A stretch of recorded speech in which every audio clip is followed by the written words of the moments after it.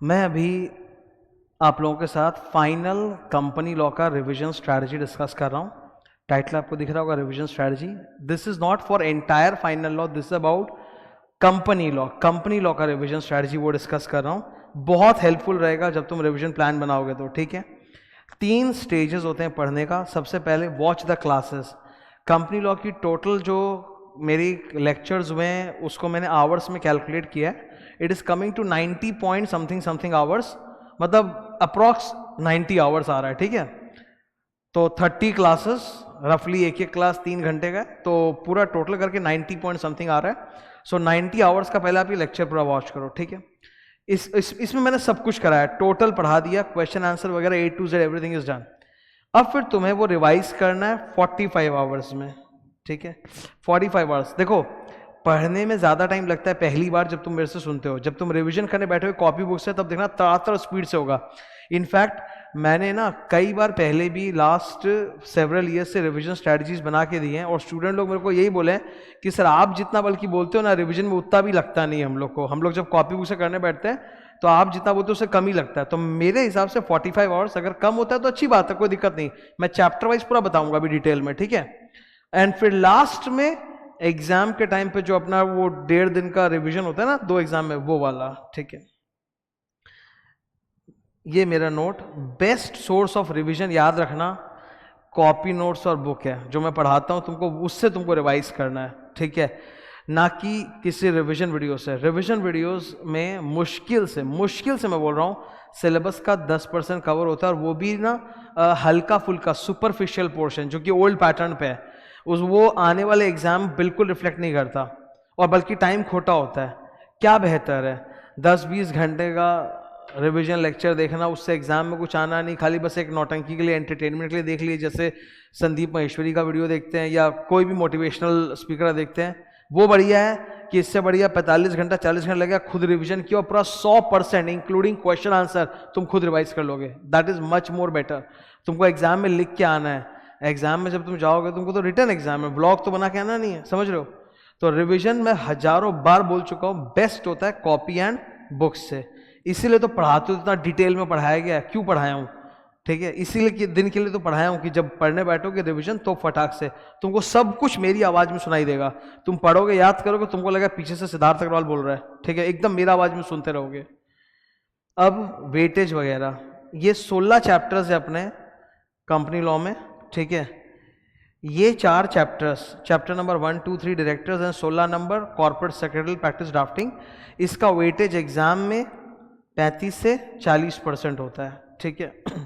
इसको पढ़ने में कितना टाइम लगेगा रिवीजन में, revision including question answer, I will give you some special tips also. First chapter directors को करने में रफली 7 आवर्स लगेगा। इसमें कम भी लग सकता है, लेकिन फिर भी क्योंकि पहला रिवीजन होगा तो पहला चैप्टर होगा तुम्हारा, इससे तुमको ज़्यादा टाइम लग सकता है। सेकंड में 9 आवर्स, थर्ड में 5 आवर्स, ओके। और ड्राफ्टिंग जो है ना वो तो आधा घंटा का, वो इसके साथ मिक्स होके ही होता है। फिर इन्वेस्टिगेशन, अमेलगमेशन, ऑपरेशन का वेटेज जो है 20-25% के आसपास होता है। मतलब कंपनी लॉ को 100% मान रहा हूँ, उसमें से 20-25% इनका वेटेज होता है। 5th, 6th, 7th will go line by line only, okay. इनको रिवीजन में 3 घंटे के आसपास लगेंगे। देन ये बाकी का पूरा जो पोर्शन है आपका रजिस्टर्ड वैल्यूअर से लेके मिसलेनियस, ये 35 से 40% है। इसमें सबसे बड़ा केवल एक ही चैप्टर है, and that is winding up, जिसको पढ़ाने में मुझे लगभग 3 क्लास लगा था, 9 घंटा। और बाकी सब ठीक है, पर वाइंडिंग अप से क्वेश्चन आता है सर, इनको रिवीजन में रेस्पेक्टिवली उतना टाइम लगेगा जो आप देख रहे हो। तो ये पूरा 100% कंपनी लॉ जो आप देख रहे हो, you can revise it in 45 hours आराम से, 100% including Q&A। Now some tips specially company law के लिए। मेरे से पूछा जाता है सर सेक्शन नंबर याद करें कि नहीं करें। सेक्शन नंबर में हर चैप्टर के पहले मैंने एक सेक्शन लिस्ट डाल रखा है, उसमें जिन जिन सेक्शन नंबर को मैंने स्टार मार्क किया है वो नंबर कम से कम याद कर लेना। सेकंड, सर फॉर्म नंबर्स याद नहीं हो रहे, क्या किया जाए। मैं आपको बता रहा हूँ क्या किया जाए।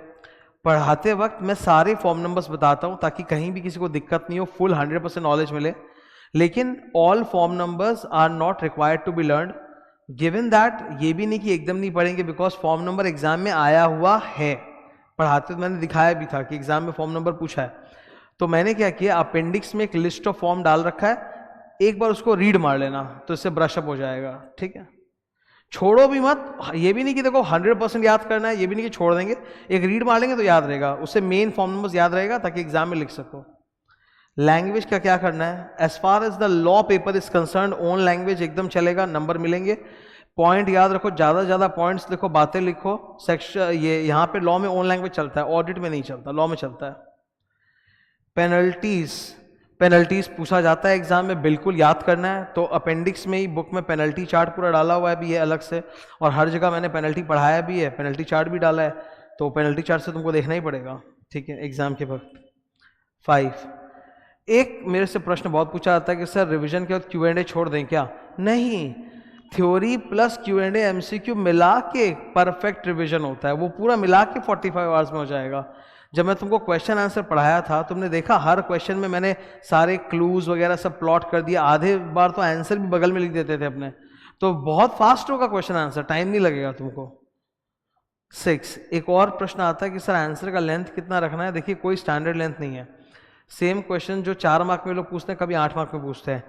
The length of the answer depends on the question itself, वो हर क्वेश्चन आंसर यूनिक है, उसको आप एक पैटर्न में नहीं बांध सकते, हर एक यूनिक है, तो लेंथ कुछ डिफाइंड नहीं है, वो डिपेंड करता है क्वेश्चन के साथ। कई बार 8 नंबर का क्वेश्चन में भी उतना ही छोटा आंसर लिखा जाता है, ठीक है।